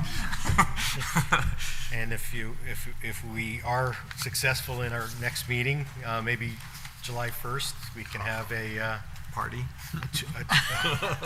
two-topic meeting of Yeah. the Not July 1st. Airbnbs in August, I think he means. August 1st, I mean. Yeah. Yeah, I'll try and get something together. The one other thing I know that Elliot and I were discussing. one more comment. Okay, great. Yeah, let's do yours. On the middle page Oh, and again, light, yeah. I see it what you're says, third dot up from the bottom, smoke, vibration, odors, light. Yeah, light. That's Yeah, all. one thing that Elliot and I were discussing is like a special use permit is how it's written in the zoning revision. And that would require public hearings of neighbors and things like that. So I'm hoping that maybe we can find like an expedited permitting process through the planning board so that our planning board is obviously busy as it is. Our zoning administrator is busy, as is obvious. So Well, one of the things I would maybe make as a suggestion, and this was one of the things we talked about with the event centers, is that if someone, let's say, I'm just doing it because I'm trading my space for someone else's space because I'm going to Europe and Yeah. the Europeans coming here, House and maybe swap. we do it like Timeshare. 3 or 4 times a year. oh, sure. So you could put in that this law would apply to those those places that have it rented more than, let's say, 5 times a year.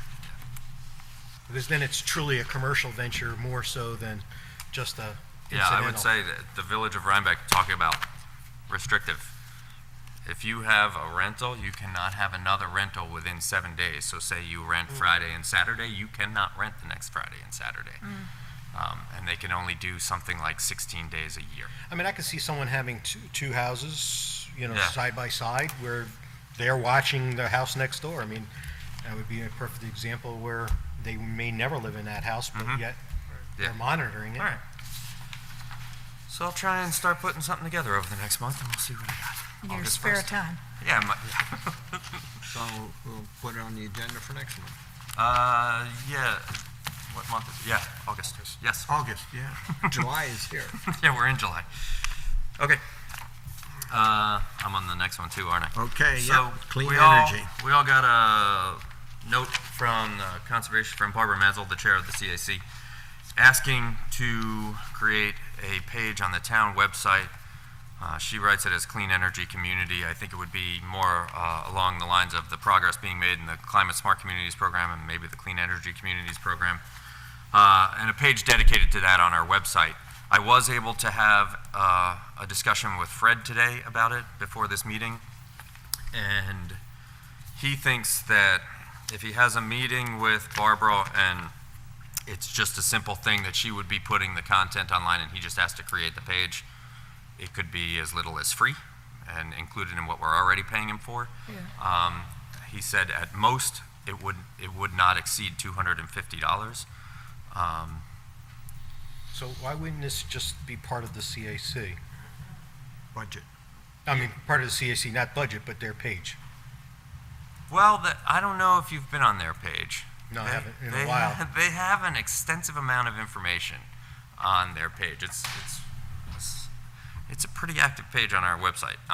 But this and is I- also part of the CAC's Yeah, activities. and I think since it's an effort that's sort of separate from their mission, I mean, it is their mission, but they're taking on the effort of the Climate Smart Communities. They were just hoping that they wanted a page that people could go to see it. I mean, the Climate Smart Communities program has upwards of 150 different actions you can take, and there's a lot of detail to it that I think they didn't want to clutter up the regular CAC page, maybe. We have a meeting with them tomorrow. The CAC meeting, monthly meeting, is tomorrow. This was not discussed at the previous meeting, so I don't have a lot of details on what they're thinking. And I'm happy to put it off for another month, but I thought if it is free, then there's no discussion we need to have. So especially free is good, but Yeah. I just thought, because when I was the liaison to the CAC and we started the Climate Smart talk and everything else, that, the CAC was really taking control of it, begrudgingly, because I don't think Noreen wanted to take on any extra responsibility. Yeah, But, we have there's a larger Yeah. CAC now. There have been So, several members. I mean, but it was the CAC that was responsible for really administering this, and someone had to take on as the administrator. But this was a CAC function, so I would just think it should be part of the CAC page. That's my only comment. Yeah, I mean, $200 is not going to break us one way or the other, but I just see this Yeah, as I mean, I get that point. I think I've spent a lot of time reading through. I mean, the manual itself for the Climate Smart Communities is ginormous. There's just so much information, and I think that if it was part of the regular CAC page, where they're talking about things about maintaining your septic and maintaining buffers along the waterways and things like that, it would really clutter it up, because it's a separate project that they're working on. There's the thing. One's more energy and the other is more environmental. Yeah. Plants, trees, frogs, whatever. Yeah, exactly. But most of that stuff gets hyperlinked out to the DEC's website, and the Climate stuff? Smart, the Climate Smart page is. Yeah, I think they want to kind of show the efforts that they're working on and the things that they have accomplished in the Climate Smart so far, in the program so far, and the things that they're planning on doing. And it would maybe, I would hope, help us get more people involved to accomplish some of the goals. If they had a dedicated page that people could go to and read about the program and learn about it and want to get involved. I'm not opposed. I'm just saying that I think it should be part of the same page, but, if you guys want it, that's, I'm not opposed to it. So, I mean, I could make a motion that we approve no more than $250, and she and Fred can get together and start working on it immediately, or we can wait a month. I'd say wait a month, come in with a firm plan, because there may be a way of hot linking it. You go to the CAC Yeah, I mean, page and they have a hot link and it Yeah, goes so, I someplace mean, if else. Fred has a meeting with Barbara and they decide, and he Yeah. decides this is a very quick thing he can set up and it's $0, free. we don't have to worry about it. Yep. Barbara will just start adding content to it and Yeah. we'll be done. Yeah. All right, I'll let them know. Thank you. Okay, let's see where we are. Oh, cyber insurance, okay. Cyber insurance is the next item here. Our computer consultant has advised me of a local government that did not have any security insurance and were hacked, and now are paying many thousands of dollars to recover. This is becoming a problem for local governments, and the hackers are going after small businesses and local governments where it's hard to control how each person operates their own computer. The penetration can come in the form of an innocent email, and the system then becomes hacked. And that's what happened at the other place. Our town attorney and our insurance agent both recommend the purchase of cybersecurity insurance. So that's the background on this thing. You probably see it on your newscasts and TVs and all the time. Big companies get it. They're now coming to the little ones. So I have a motion here that the town board approves the following resolution. Be it resolved that the town board approve purchasing cyber liability insurance from Chubb Ace Insurance Program at a cost not to exceed $2,500. Is there a second? Second. Discussion is, we had a earlier quote for a little bit less than this, but I got to get a re-quote. It's like 6 months old, and it may come in at the old number, or it may come in a little bit higher. So that's why I put the little cushion in there. That was all. And if, Say that again? I'm sorry, I didn't follow what you we had said. a quote that's like Right, several months old. right. And it may Right. come in a few bucks higher than the Oh, 2353. higher than the 2350. So I just added And $100. Have we just heard to- back from NYMER? No, we haven't gotten a NYMER one yet. We're gonna send that in, but I wanna be sure we have an agreement to consider moving ahead on this thing. And we will do that. I got the inputs from Fred to fill it out that he knows, and I got to put the rest, and I can send that tomorrow. What if NYMER comes through with something considerably less? They will be, we know they're considerably less, but they're not providing as broad a coverage. So now you're trading off cheapness, maybe But $100 or what $200. broad coverage? Because, Yeah. you know, when we put together packages, we throw in things that you know that you'll never use, and we call it broad coverage. But, you know, I mean, the reality is that in cybersecurity and in those type of breaches, places like Vassar Hospital and others that have been hit, just to pay for, this is not even having someone actually been violated, but paying for the monitoring, sending out notices and everything else, you're looking at a minimum of $50 per person. So, you know, if we have 4,200 residents in town, I mean, you're looking at $210,000 just in that aspect. And then if there was an actual breach of some sort where someone Lost data. got lost, you know, whatever, and so we have to rebuild their credit and get back the data and all that other stuff, I mean, we could easily go into, you know, $500,000 worth of liability. So it's certainly something that we should have, but to say that one policy is better than another policy because they say it's broad, I mean, I would rather say, what does broad include? Yeah, well, Yeah, I feel like we're making a decision on, without seeing the other quote is hard for me. I'd rather We'll see delay. how broad that one is or not, delay. and compare the two. so, I agree. Well, I'd kind of like to know exactly that's what it means, you know, Yeah. cyber insurance. I bet every one of us would have a different definition well, of you what it's have the covered. Chubb one. You got all the Yeah. 2,000 pages of what it means. I Okay. just don't have the NYMER 2,000 pages of what it means, and Well, enjoy reading. that's what I'm saying, is what's the difference between the NYMER and the And Chubb? it's- NYMER may cover everything that we need for $500 less. I would say let's go $500 less. I mean, Does Fred endorse this one or just the idea? He wants the idea, Just the idea, but okay. he, Not the He wants it actual, yesterday. yeah. but He- not He was this, here this afternoon. He wants it like yesterday. Yeah. Whatever's Whatever. in front of you, he wants.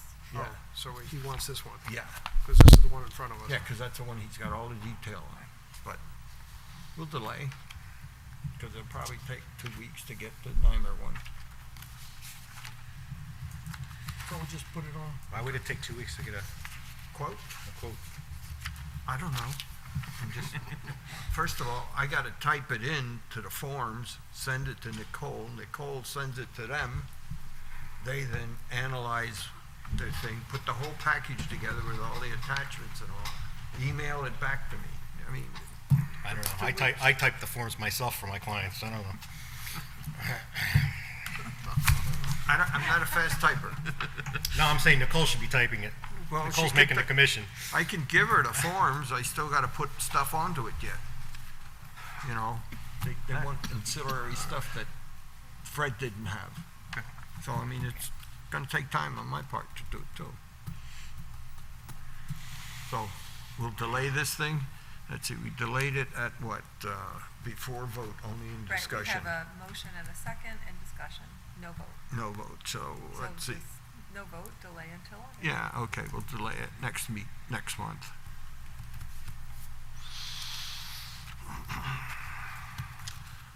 Okay, anybody have any other items? Okay, I make a motion that the town board approves the following resolution, that the town board approve resolution number of 2019, appointing additional seasonal employees. Is there a second? Second. The discussion is lifeguards. We got some more. All in favor? Aye. Aye. Carried. Warrants. Make a motion be it resolved, the town board approves the July 9th general fund warrant vouchers number 269 through 314 totaling $47,708.11, and the July 9th, 2019 highway fund warrant vouchers 149 through 164 totaling $16,493.59. Is there a second? Second. All in favor? Aye. Motion carried. I make a motion that the town board approves the following resolution. Be it resolved that the town board approves resolution of 2019, a motion to move funds at the July 9th, 2019 town board meeting. Is there a second? Second. Any further discussion? All in favor? Aye. Aye. Elliot? Sorry, aye. Aye, okay. Motion carried. Supervisors report. I make a motion that the town board approves the June 2019 supervisors report. Is there a second? Second. All in favor? Aye. Motion carried. Okay, now we're at public discussion. Is anybody going to say anything at public discussion? Okay. I did it previously, and I thought I had a room full of people and somebody was going to say something. Nobody said anything, so I closed it right away. I make a motion to open the meeting to public discussion. Is there a second? Second. All in favor? Aye. Aye. Motion carried. The rules are step up to the microphone.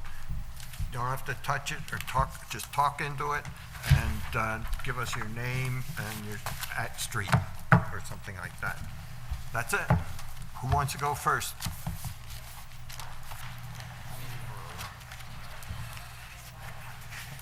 It doesn't matter.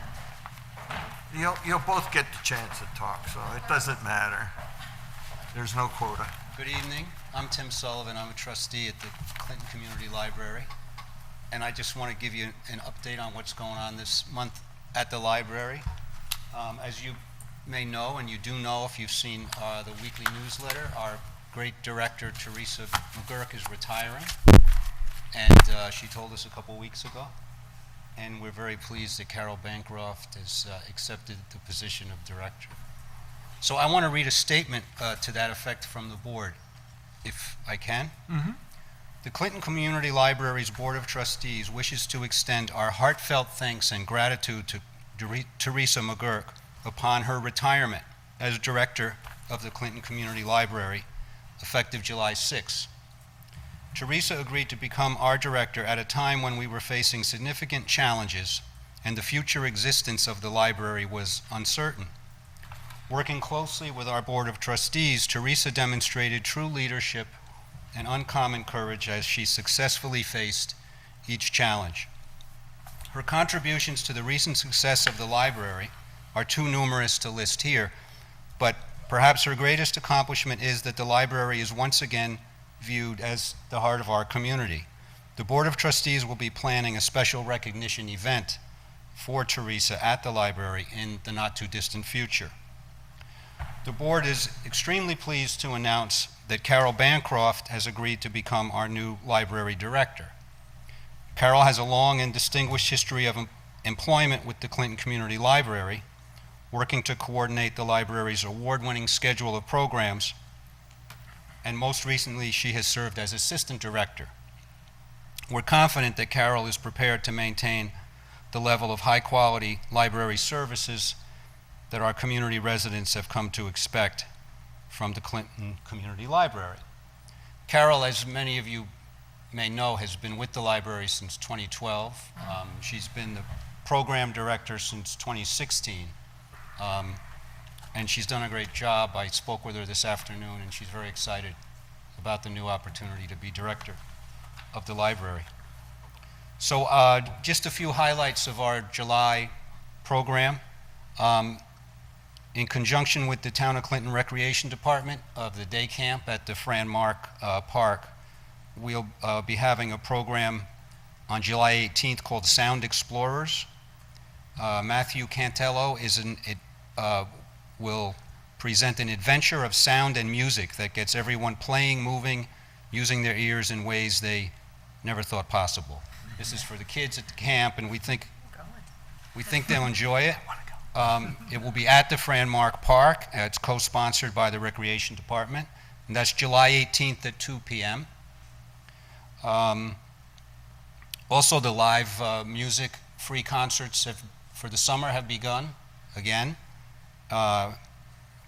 This week, July 12th, we'll be having Dog Nose with Larry Packer, who some of us will remember was involved with Sha Na Na, who performed at the Woodstock Festival, the first Woodstock Festival. The real Woodstock Festival. Yeah. July 19th is the Bernstein Bard Trio. And July 26th is open mic. And just two other things I want to mention. Our Lunch and Learn series, the next one, July 25th at 12:30 p.m., or the next one for which spots are still open, is going to be the history of Bannerman Island in the Hudson. It will be presented by Wes Gottlock, who is the island docent, and his wife Barbara, who's a member of the Bannerman Castle Trust Board of Directors. And they'll present a lecture on the history of the island. Some spots are still available for the lunch. People can register with the library. And of course, the lecture after lunch is open to the public, but we ask that people RSVP so we know how many people to expect. And lastly, the summer reading program for children and adults is up and running and will run through August 10th. Thank you. Thank you. Thanks.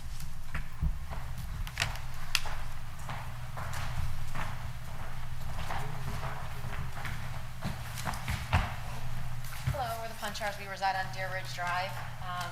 We're here to talk about the recurring smoke odor invasion trespass that continues to occur on Deer Ridge Drive. We're longtime area residents who are repeatedly being denied protection under the laws that our town's put in place.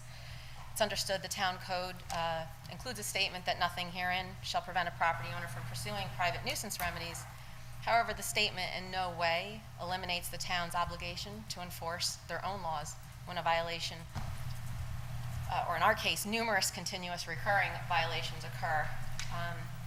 Enforcement of appropriate sections of our zoning code to prevent toxic, hazardous smoke odor invasion trespass only enhances the air quality, desirability, and property values within the neighborhood, and is protective of everyone's basic right to use and enjoy their property peacefully, including us.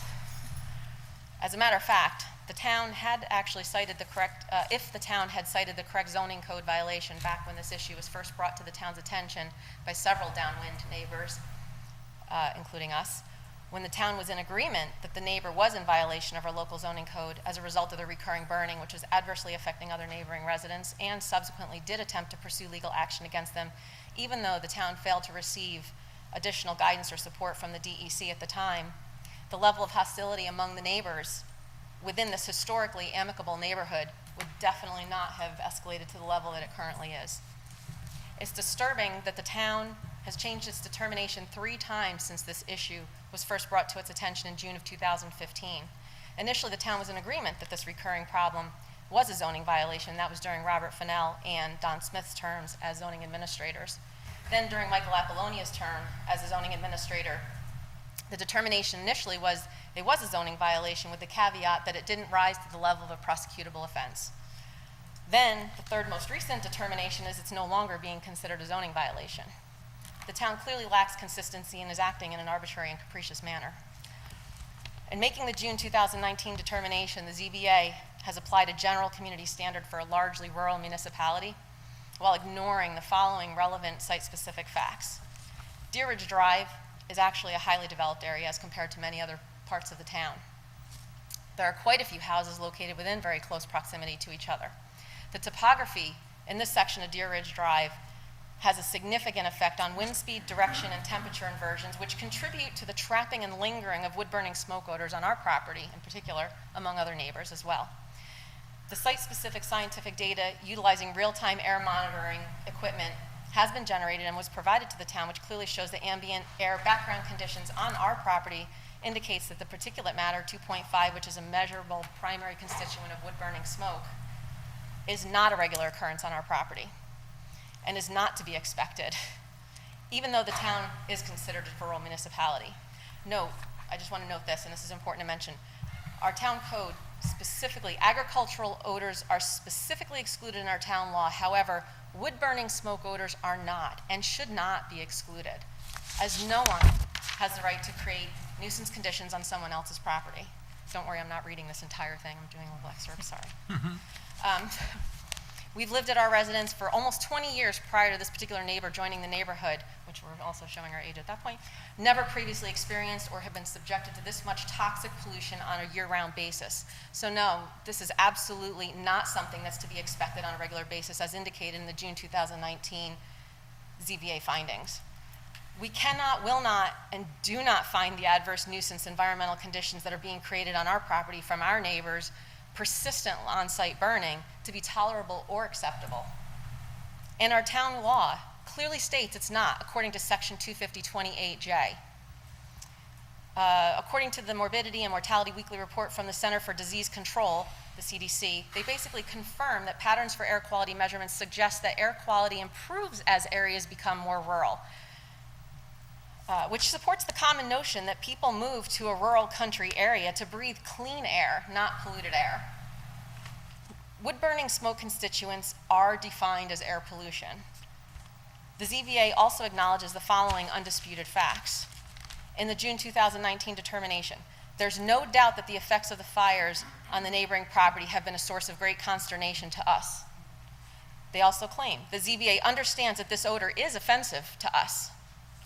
Since June of 2015, the Zoning Administrator's Office has received complaints regarding many dozens of burning incidents on this property that have caused smoke, odor, fumes, and particulate matter to cross onto neighboring properties, including ours, but not limited to ours, just so everybody's clear. The ZBA, let's see, did I read that? The ZBA finds that the neighbors have permitted, that's actually another conclusion. The ZBA finds that the neighbors have permitted the odor of wood-burning smoke to cross from their property onto neighboring properties on numerous occasions since June of 2015, and yet still voted against enforcement of our town code. You know, the vast majority of us live in this country, in this town, because we want to peacefully use and enjoy our own property. If this situation was happening to you in your home and on your property, wouldn't you want the town to intervene and protect you? Because we have current laws in place that are designed to do that. Why bother to have zoning laws if we're not going to enforce them? Thank you for your time. Appreciate Okay, it. thank you. Okay.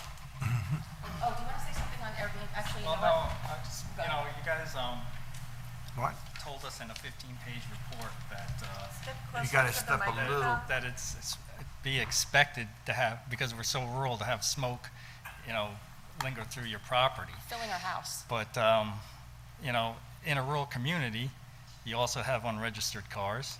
You'll have dumpsters filled with manure.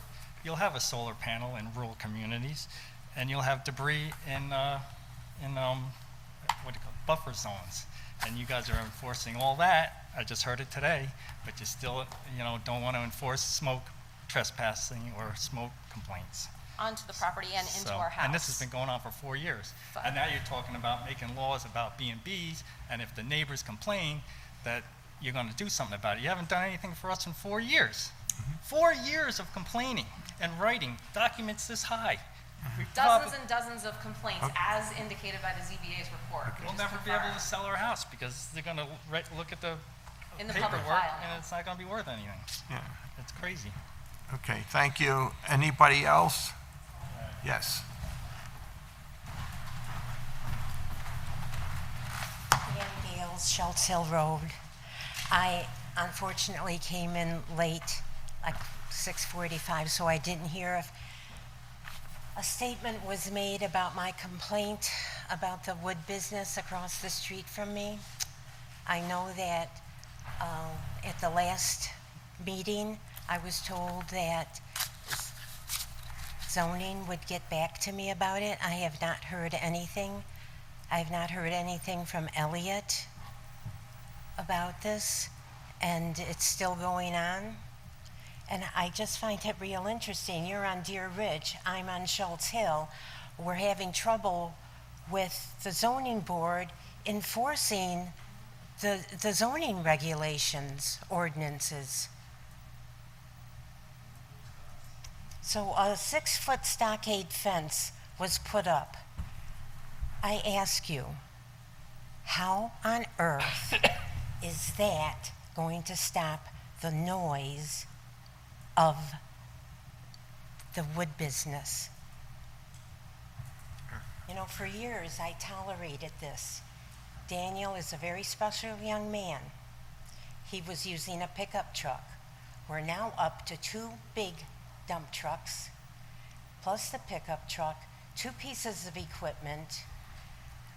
We're talking about big business now. Okay.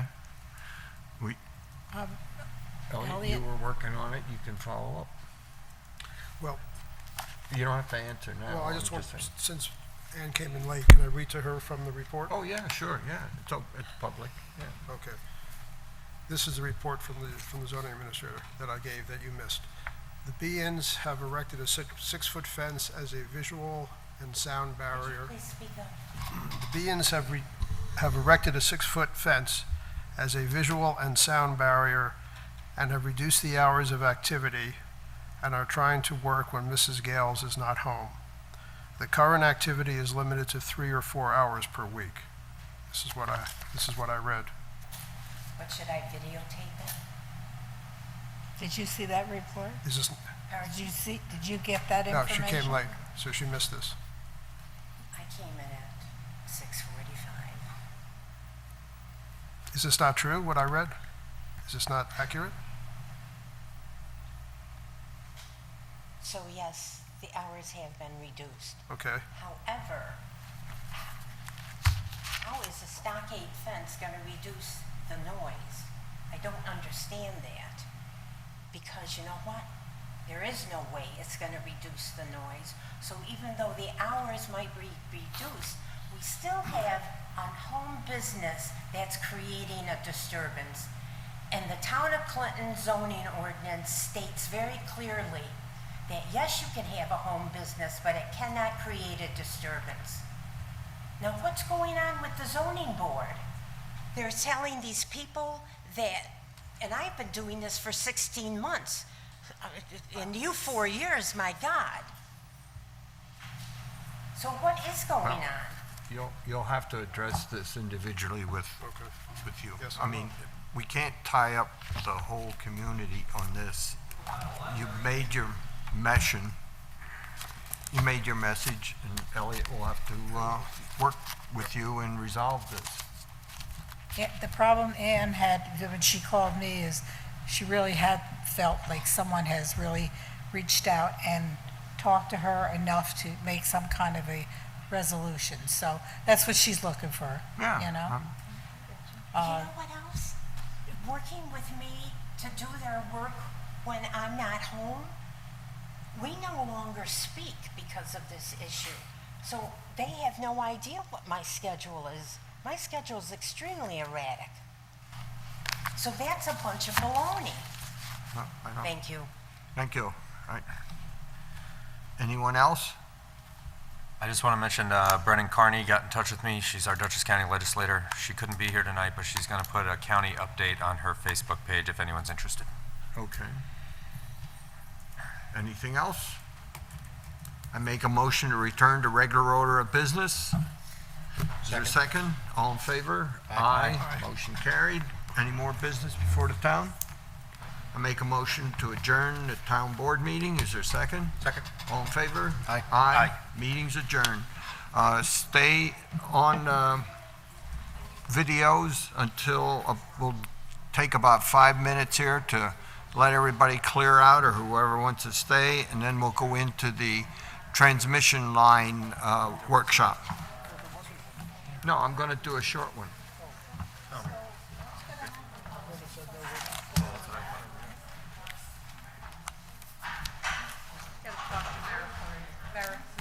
You gotta talk to Mayor Pody, and he's under the impression that there is movement on them, so you should talk to him. You know, I mean, it may not be satisfactory, but case closed. Yeah. Yeah. I didn't know if you were we're gonna work on that thing. What thing? That thing that Dean brought up, I Well, didn't that's where realize it it was should gonna have be been in this left out. packet. For the event centers. Because I it didn't- really is a- if you're I'm talking sorry air you spent quality, time on it, really 'cause is a issue. I had no idea it was gonna be there. I saw it